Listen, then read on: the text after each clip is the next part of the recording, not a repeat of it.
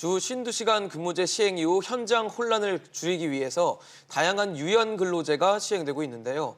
정부가 어제 그중 하나인 재량 근로제의 구체적인 가이드라인을 내놨습니다. 재량 근로제란 업무 수행과 근로시간을 근로자 재량에 위임하고 이를 노사가 서면으로 합의하면 일을 한 것으로 간주해서 인정하는 제도를 말하는데요.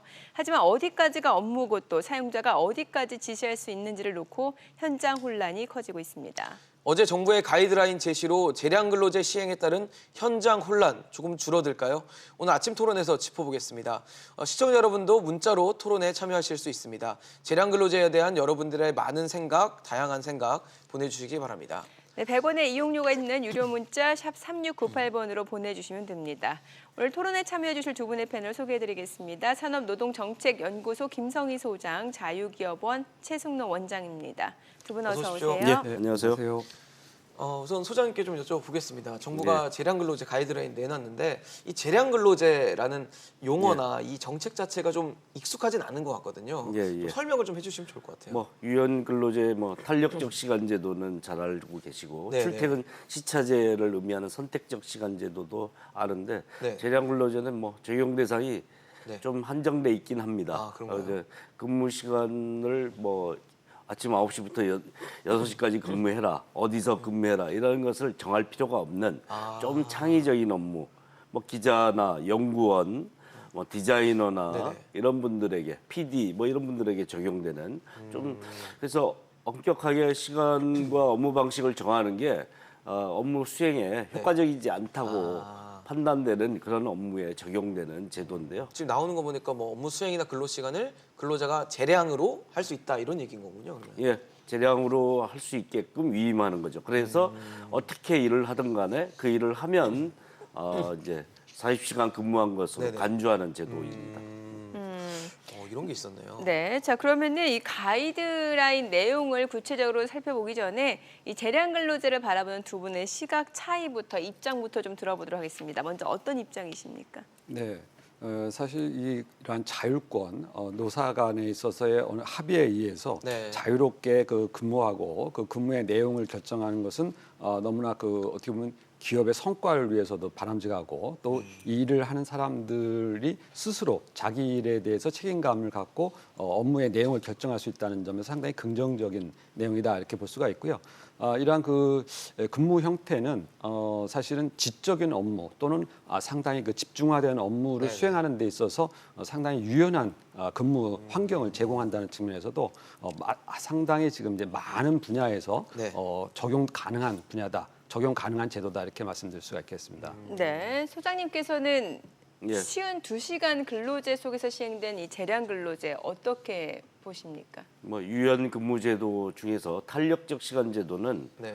노동자에게 약간 불리한 제도이고 사용자 편향적인 제도라고 할 수 있는데 출퇴근 시차제나 재량 근로제는 중립적인 제도입니다. 누구에게 도움이 될지 알 수 없는 제도일 수 있는 거고 네네. 누구나 또 유리할 수도 있는 제도입니다.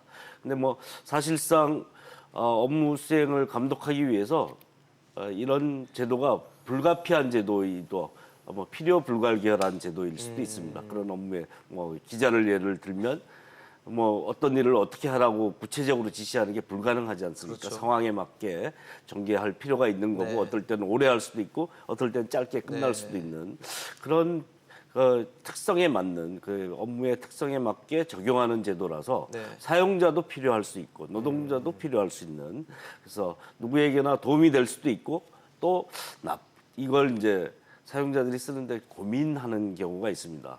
실제로 제대로 일을 했는지 감독을 어떻게 하느냐에 대한 고민이 있는데 네네네. 가이드라인이 나온 배경이 어떻게 하면 이게 활용될 수 있는지를 보여주는 지침을 만들기 위해서 했습니다. 그래서 재량 근로제 확산을 위해서 어떻게 감독을 할 수 있다. 어느 정도까지 감독을 할 수 있고 재량 근로제의 장점을 어떻게 활용할 수 있는지를 보여주기 위한 그런 가이드라인을 만든 것인데요. 네. 꼭 필요한지는 그렇게 그래서 더 명확해졌는지는 뚜렷하지 않습니다. 네. 그러니까 워낙 노동자 모호하기 입장에서는 좀 때문에. 불리할 수도 있다라는. 그렇죠. 거죠? 예. 좋을 수도 있고 나쁠 네. 수도 있는 제도이다라고. 예, 알겠습니다. 확실하게 좋을지 안 좋을지는 알 수 없다. 뭐 케이스 바이 케이스라는 말씀을 예. 이해할 수 있을 것 같은데요.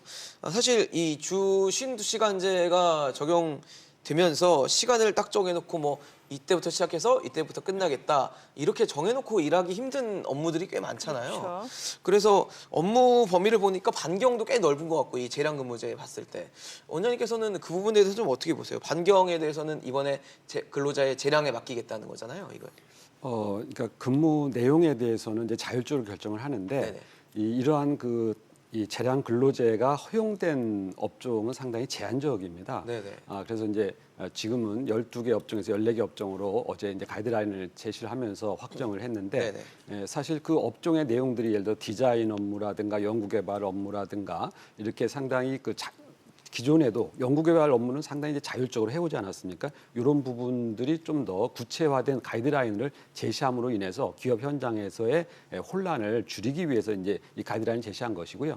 그런데 점점 이 단순한 조립 가공이라든가 라인 작업 이러한 제조 과정이 아니라 대부분의 업무가 이제는 지식화되고 지식 근로자로서의 그러한 역할이 이제 바뀌는 그러한 시대적인 흐름에 있어요. 이제 그렇기 때문에 이 업종을 이 다른 선택적 근로제라든가 탄력 시간제라든가 이런 거와는 다르게 이 재량 근로제는 상당히 소수의 업종으로만 제한이 되어 있는 것이라서 이 부분은 다소 조금 좀 더 확대할 필요가 있다라는 생각이 듭니다. 왜 그러냐면 그 업종 자체가 가지고 있는 특성도 있습니다만 그 업종 내 근로자라고 해도 일하는 것이 상당히 다양한 형태가 포함이 돼 있기 때문에 그 부분 하나하나 모든 것을 정부가 규율해서 요것은 가능하고 요것은 가능하지 않다라고 네네. 다 정한다라는 것도 한계가 있기 때문에 그렇죠. 가급적이면은 대부분 이러한 그 재량 근로제는 사실은 근로자든 사용자를 위해서 서로가 얼마든지 더 나은 방식을 개발할 수 있도록 허용해주고 네네. 거기서 나온 부작용만 하지 않도록 하는 것이 필요한 것이지 네네. 처음부터 애초에 이런 업종만 가능하다 또는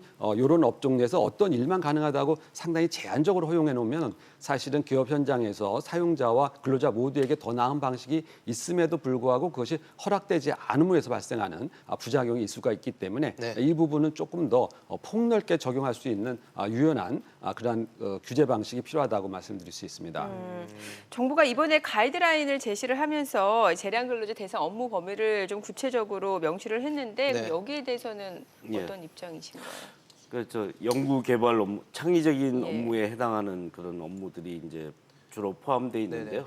그래서 뭐 최 원장님 말씀하신 것처럼 제한돼 있습니다. 그래서 연구 개발 업무 중에 연구 개발 업무가 어디까지를 가르치는지를 좀 명확하게 이번에 밝힌 거고요. 그다음에 정보 처리 기사 정보통신 업무에 종사하는 정보 처리 기사에 대해서 재량 문제 대상인데 프로그래머가 포함된다 이런 걸 구체화했고요. 네.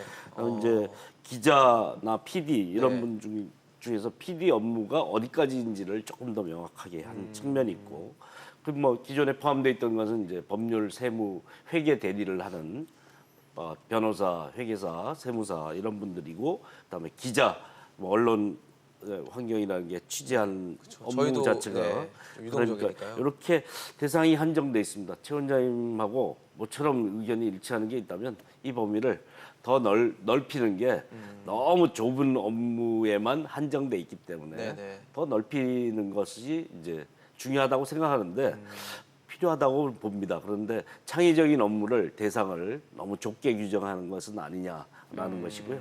그래서 넓힐 때 이제 관건은 이제 사용자들이 실제로 일하는지 감독할 수 없다라는 애로사항을 얘기합니다.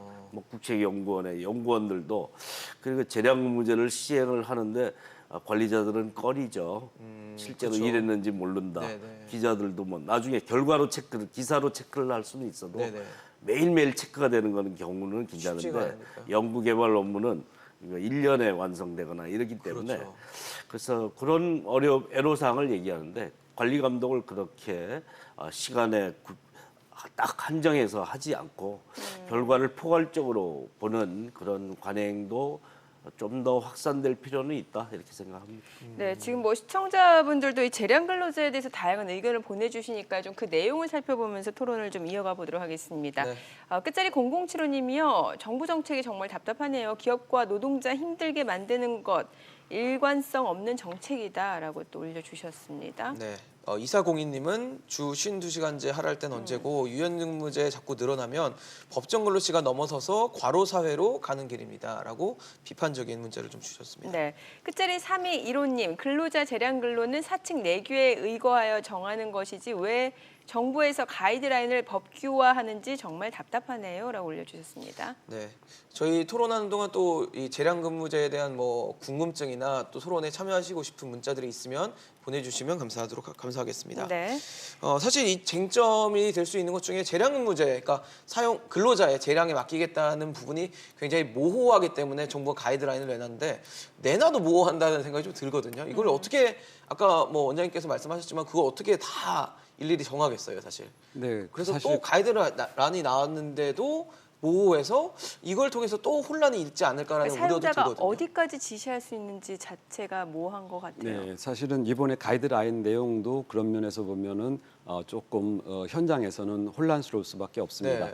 그러니까 너무 빈번한 회의는 안 된다라든가. 빈번하다라는 기준이 애매하네요. 그러니까 이게 사실은 그 업무를 지시하는 사람 입장이나 그러한 업무를 수행하는 사람 입장에서 보면 모두가 공통적인 건 뭐냐면 성과를 잘 내서 좋은 보수를 받고 기업은 더 나은 성과를 얻는 것이 목적이지 않겠습니까? 그렇죠. 그렇다면 회의의 횟수라는 것이 만약에 업무를 지시하는 사람이 무리하게 회의를 많이 한다면 오히려 업무 성과가 떨어질 수가 있는 것이죠. 그러니까 이런 것들의 자의적인 판단이라는 것은 기업 내에서 사실은 얼마든지 자유롭게 이루어져야 함에도 불구하고 이런 가이드라인이 자꾸 횟수에 대해서 또는 뭐 시간에 대해서 네. 일하는 장소에 대해서 이런 하나하나를 다 정부가 허가해야 되고 정부가 그것을 결정해야 된다면 사실은 기업의 재량권은 너무 위축될 수 있는 것이죠. 그래서 일종의 규제처럼 비춰질 예, 수 그래서 있겠네요. 이러한 그 재량 근로제 근로 형태를 정부가 가이드라인을 제시했다고 보니까 얘기를 들어보니까 이런 자유도 기업 안에는 지금까지 없었다는 얘기야?라고 깜짝 놀라는 시청자분들도 계실 거예요. 네. 이제 그 정도로 우리 근로에 관계된 법률들이 사실은 좀 엄격한 면이 그렇죠. 있다 이런 것을 알 수가 있고요. 그래서 면에서 가이드라인이 사실은 기업의 내에서의 그 일하는 분들의 더 나은 성과를 추구하는 방식은 얼마든지 자유롭게 다 허용을 해놓고 그 과정에서 근로 기준에 관계된 부분만 제한적으로 적용하는 그러한 접근 방식으로 나아가야지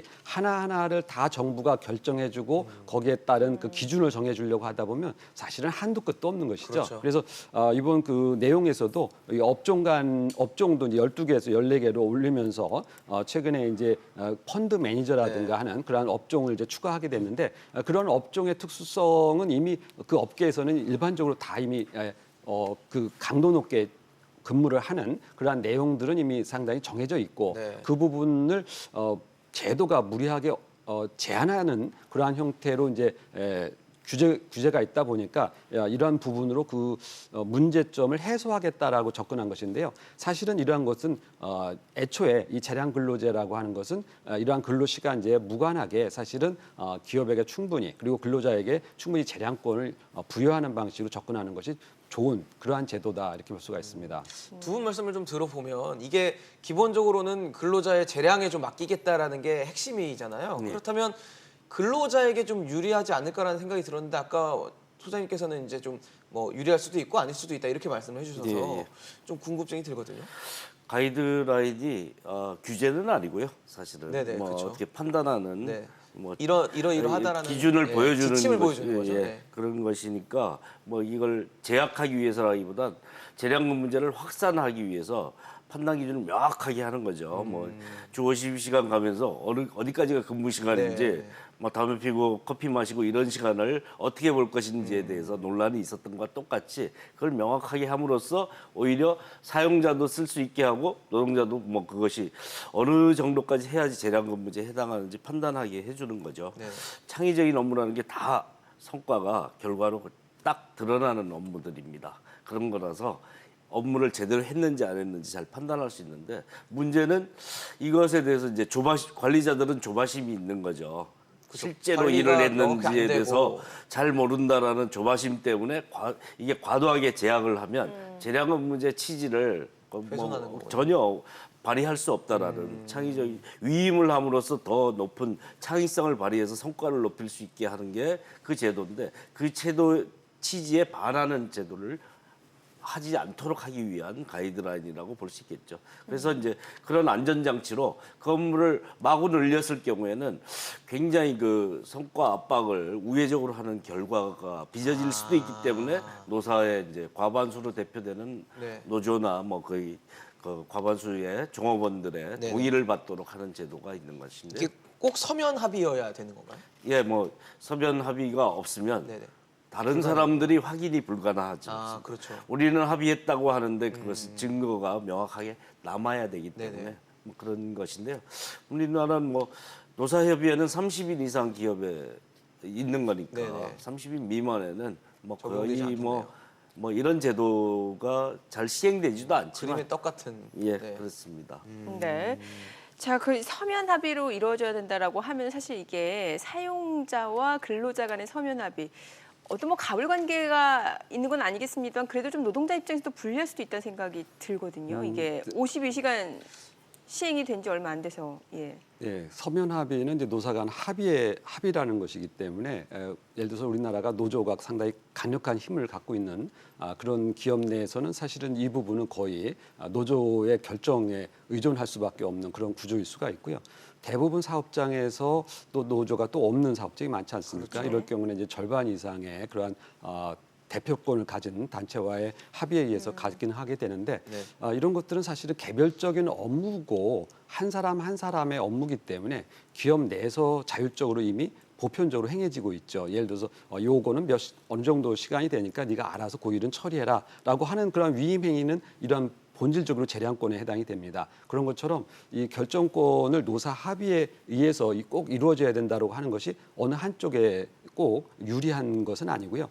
기업 내에 있어서 특히 이 제도에 대해서 거부감이나 반대 의견을 가지고 있는 강력한 노조, 예를 들어 민주노총이나 이런 입장에서는 이러한 것들이 오히려 노동 운동하는 데 있어서 방해가 되거나 또는 불리한 면이 있을 수 있다라고 생각할 수도 있겠죠. 네. 근데 사실은 그 내용을 들여다보면 사실 이러한 그 노동운동과는 무관하게 기업의 성과를 제고하기 위해서 근로자와 사용자가 서로 자율적인 경영 활동을 하도록 하는 그런 내용이기 때문에 네. 사실은 이 부분은 상당히 그 기업 내에서의 효율성 측면에서 바라봐야지 노사 간 합의라고 하는 그러한 측면에서 바라볼 사안은 아니다. 그래서 오히려 그 탄력적 근로시간제라든가 네. 하는 부분 이런 부분들이 지난 52시간제 실시 이후에 보완 과제로서 필요한 그 노사 간 합의에 의해서 충분히 탄력 근로제라든가 이런 부분을 확대할 필요가 있는 부분과는 다르게 이 부분은 좀 더 기업의 자율적인 그리고 자율권을 행사함으로 인해서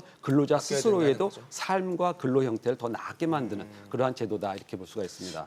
사실 뭐 이 제도가 그 재량 근로제로 인해서 정해진 근로시간, 소정의 근로시간 이상으로 법정 근로시간 이상으로 일할 수도 있다는 우려들을 근로자분들이 또 하시더라고요. 예. 그래서 이 근로시간 짧게 해서 뭐 워라밸 추구하라고 했는데 일 더 하라는 거 아니냐 이런 불만들도 있는 것 같은데 어떻게 보십니까? 그렇죠. 이게 성과로 결과가 나타나는 그런 업무들입니다. 그러니까요. 뭐 일을 했는지 안 했는지 몇 시간 일했는지가 중요한 게 아니라 결과가 나타나는 업무들이니까 예. 그 결과를 내기 위해서 사실 무한 노동을 할 가능성도 없지 않아 있는 그런 업종들이죠. 그리고 이제 그게 내부의 업무를 같이 수행하는 사람들 간의 경쟁이 치열한 그런 업종들이기 때문에 네네. 그런 내에서의 그 장시간 노동이 일상화될 위험성이 있는 거죠. 그래서 이런 문제에 대해서 유연근무, 재량근무제라는 포장은 아름답지만 결과적으로는 장시간 노동을 조장하는 제도로 악용될 위험성에 대해서 이제 고민하는 것인데 그래서 조금 가이드라인이 명확하게 제시될 필요는 있다라고 할 수 있겠죠. 그래서 일과 휴식의 경계가 명확하지 않은 업무들인데 그러니까요. 그 경계를 조금 명확하게 할 수 있는 그런 52시간제를 확실히 지켜야 된다라는 기준을 같이 지키면서 이런 재량근무제나 유연근무제가 보완적인 제도로 작동해야 된다 이렇게 생각합니다. 네. 저희- 저희 시청자분들 예 문자 많이 올려주고 계시니까 내용 좀 보도록 하겠습니다. 끝자리 7005님이 재량 근로자 업무는 연봉제에만 해당한다고 실시합니다라고 올려주셨고요. 실제로 그러니까 일당제 근무하시는 분들은 52시간 때문에 영화 한 프로 못 보러 간다. 그래서 돈이 일당을 없어서 하는 못 보러 직업은 간다는 탄력 말씀이시구나. 근로제로 해야 합니다라고 네네네. 또 올려주셨네요. 네, 8043님은 각 사업장마다 조건들이 다른데 자율적인 그 노동 근무제가 필요하다라고 문자를 또 주셨고요.